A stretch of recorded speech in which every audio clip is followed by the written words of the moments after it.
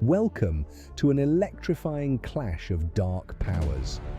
Today, the twisted flesh-eater courts, led by the deranged Mad King, face off against the arcane might of the Word Flame host, commanded by the enigmatic Kairos Fate Weaver.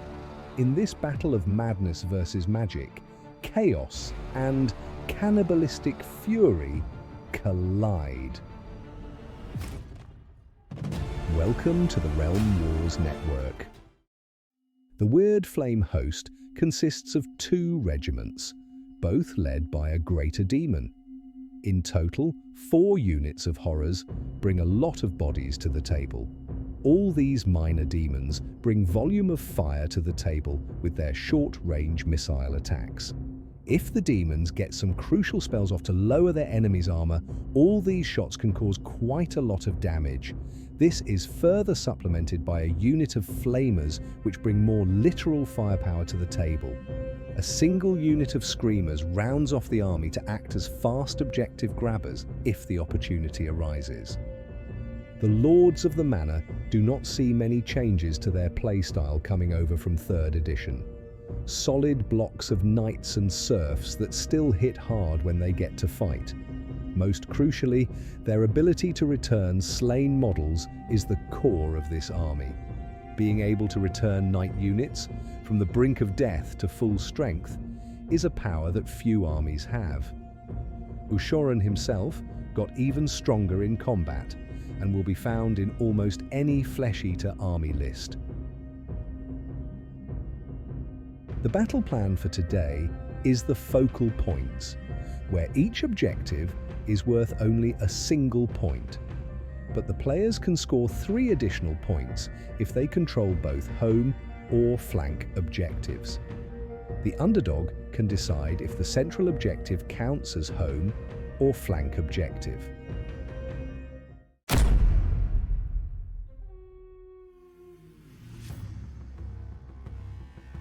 The Chaos God of Magic smiles on the demons and grants them very good destiny dice rolls with several 6s available for later use.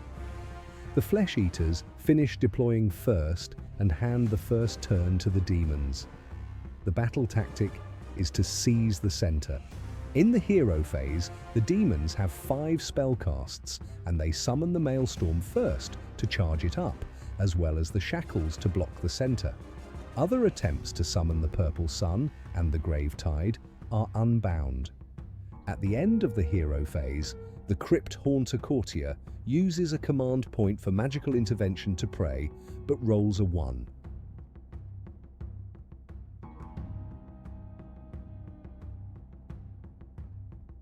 In the movement phase, blue horrors run forwards to screen for their bigger pink cousins. The Flamers follow in the middle to get in range for the next turn, and the greater demons oversee the advance from behind.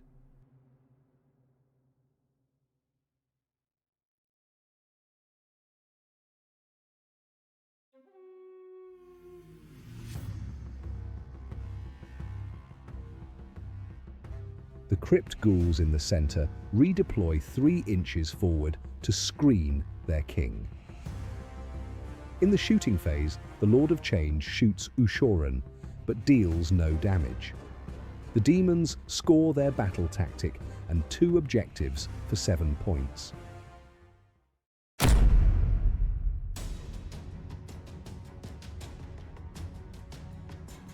The battle tactic is to take their land on the top right terrain feature. In the hero phase, the Archregent fails to banish the Shackles. Deformed Transformation, as their unlimited buff spell is cast but unbound, and then Ushoran miscasts his attempt. The Gravetide is summoned successfully. The Courtier prays for an improved ward save on the Morbeg Knights.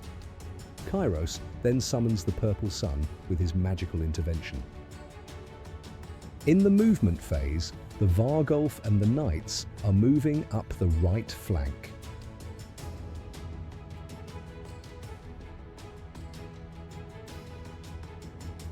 The Ghouls and Crypt Horrors on the left are advancing towards the center while Ushoran stays back. the right pink horrors redeploy forward to deny the flying knights to be able to charge over the blues and to get more bodies on the right objective, as they anticipate to lose a lot of demons here. During the shooting phase, the flamers use the covering fire command and take out 14 ghouls, who are the closest available target. As some of the ghouls are within 12 inches of the maelstrom, its explosion counter fills up and it will explode at the end of the turn in a very dangerous position for the demonic army. For charges, the knights, Vargulf and Usharan attack the blue horror screen.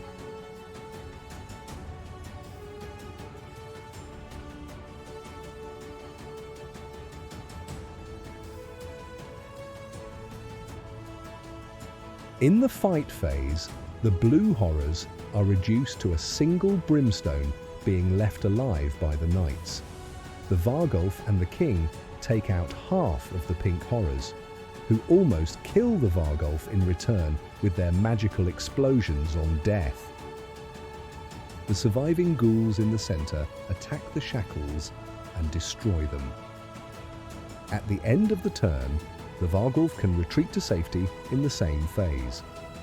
The maelstrom explodes, but rolls very low, only killing a few of the demons, who do not pay dearly for their mistake.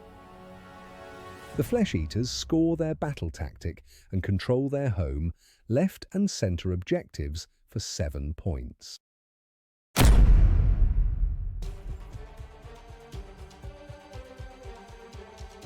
The Disciples win the initiative roll and see the opportunity to score as well as to deal significant damage this turn, so they are taking the turn.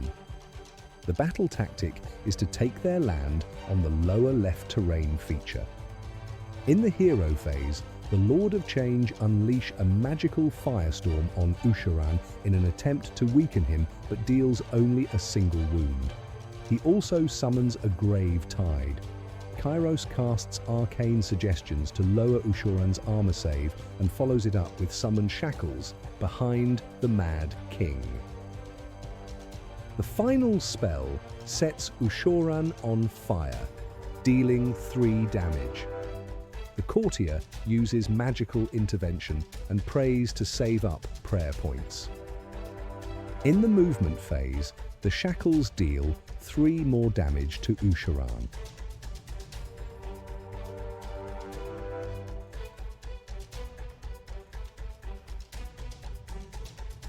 The last brimstone retreats away from the knights and dies as hoped from the retreat damage. The central pinks shuffle forwards to get in shooting range to target Usharan.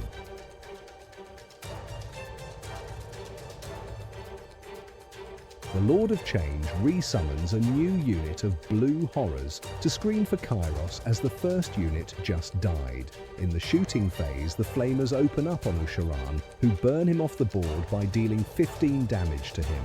The horrors kill the last of the central ghouls. In the combat phase, the Purple Sun deals 2 damage to the knights, who then deal 15 to the pink horrors, whose explosions and retaliation kills 2 knights.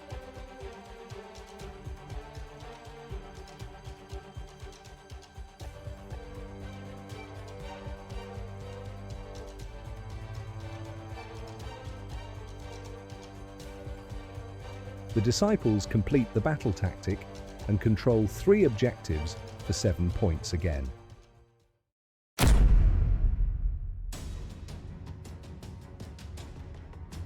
The battle tactic is to slay the entourage on the right pink horrors.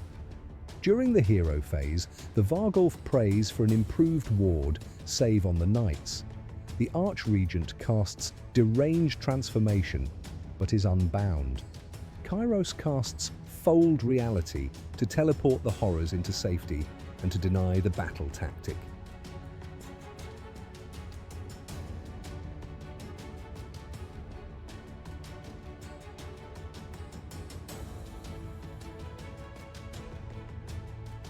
In the movement phase, the Vargulf resurrects 3 knights. The crypt horrors rush forwards to deal with the central pinks, while the ghouls occupy the left objective to avoid that the screamers can steal it. The pinks redeploy 1 inch towards the crypt horrors. Without any CP left, the flamers can't shoot this phase. The crypt haunter and horrors, as well as the knights and the Vargulf charge. A good charge roll enables the knights to fly over the blue screen and into the flamers. The haunter and the crypt horrors kill 11 pinks who explode and take out 2 knights. The flamers deal no damage in combat. The Vargulf takes out the blue horrors, leaving only 4 brimstone horrors, and refills his noble deed points to full.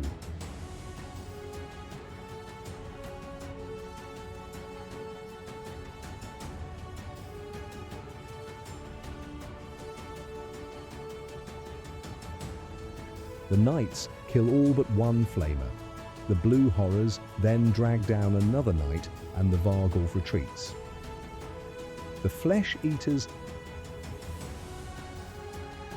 fail their battle tactic, but control both flank objectives and score 6 points.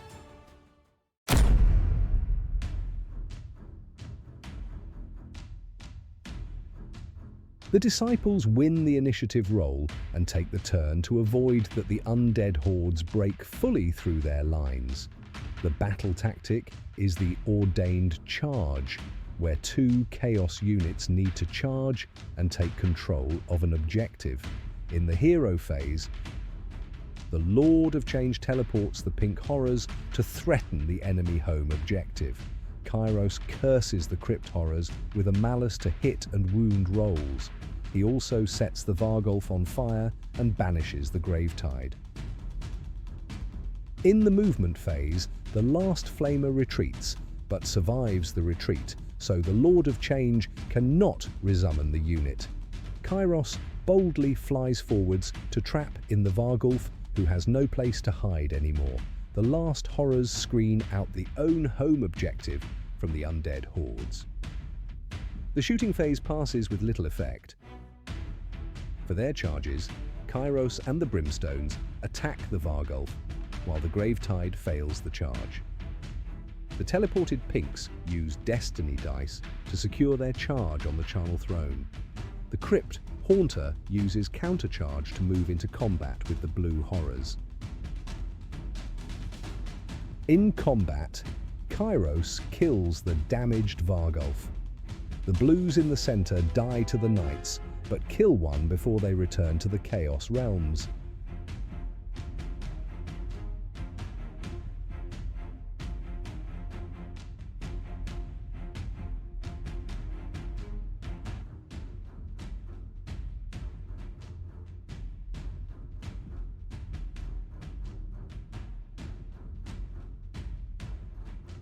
The Archregent kills 2 pinks. The disciples complete their battle tactic, control both home objectives, and score the full 10 points.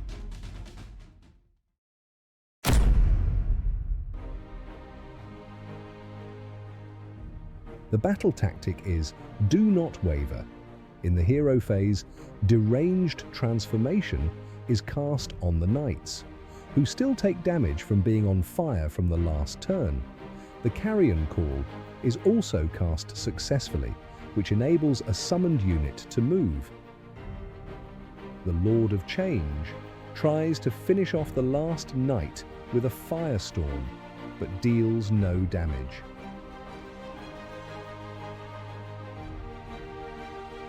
The undead plan for this turn is to flood the objectives, as they are not confident that they can take down the greater demons.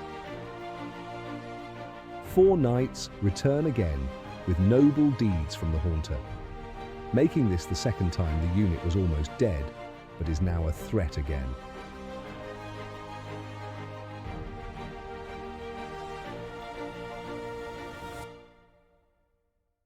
The Haunter and Crypt Horrors charge the pinks, while the knights charge the Purple Sun. The pinks are destroyed, who deal 6 damage to the Haunter, The Purple Sun then kills the Haunter, which means the battle tactic failed.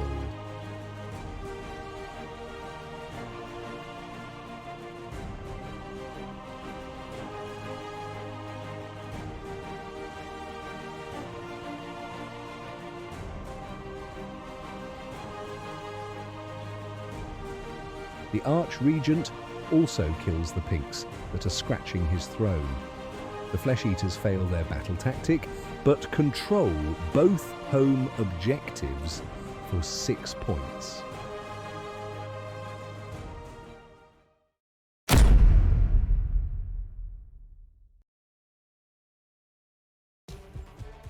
The Disciples win the initiative roll again, and Kairos uses his ability to pick a battle tactic for a second time, in this case to take their land on the central top mountain. The Firestorm is cast on the Crypt Horrors, but deals no damage. Arcane Suggestion is cast on the Crypt.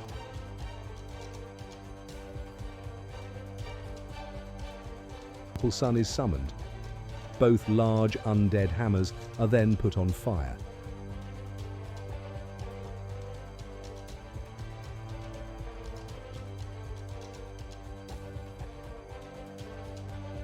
In the movement phase, the Lord of Change claims the objective and summons more Pinks.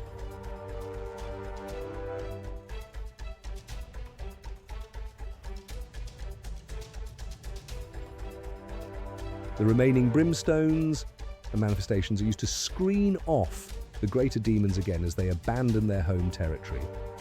The Knights redeploy towards their home objective.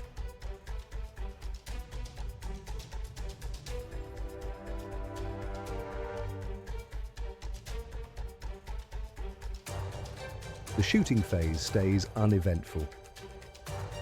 The Gravetide and the Purple Sun charge the Knights. The Pinks use the last Destiny dice to charge the throne.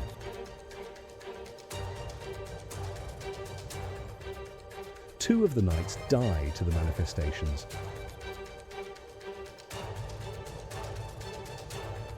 The Pink Horrors destroy the throne.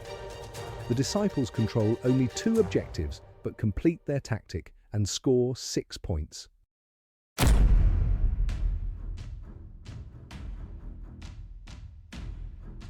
The battle tactic is to seize the centre. The Archregent returns 2 Knights, but his spells are unbound. Kairos casts Arcane Suggestion on the Knights.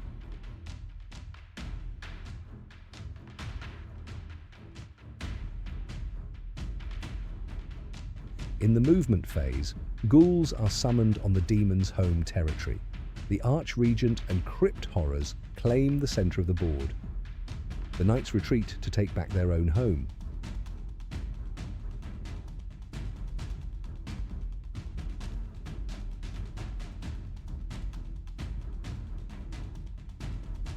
The Knights charge the Pinks and take out 7 of them.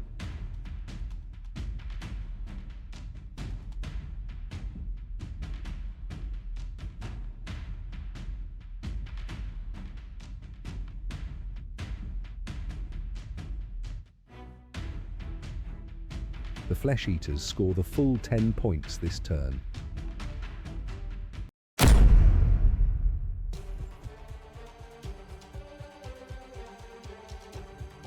For the last time, the Disciples win the initiative roll and choose to slay the entourage on the Knights. In the hero phase, the Knights suffer only 3 wounds from magical spells.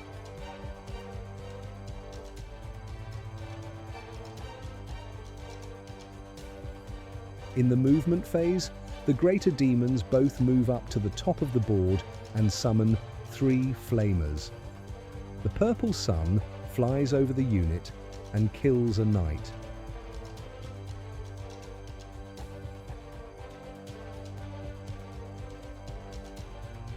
The Crypt Horrors redeploy to the south. In the shooting phase, the Flamers take out another knight.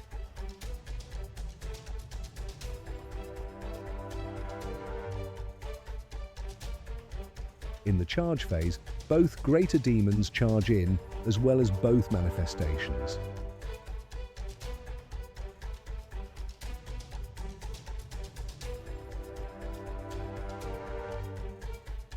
The knights finally die to the Gravetide.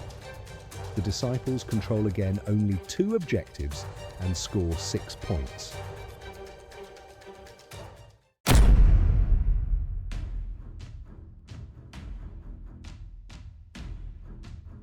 The Flesh Eater courts can now close out the game. The battle tactic Inevitable Demise can be easily achieved by having 2 units in the demons' territory. This will take them over the top to win the game.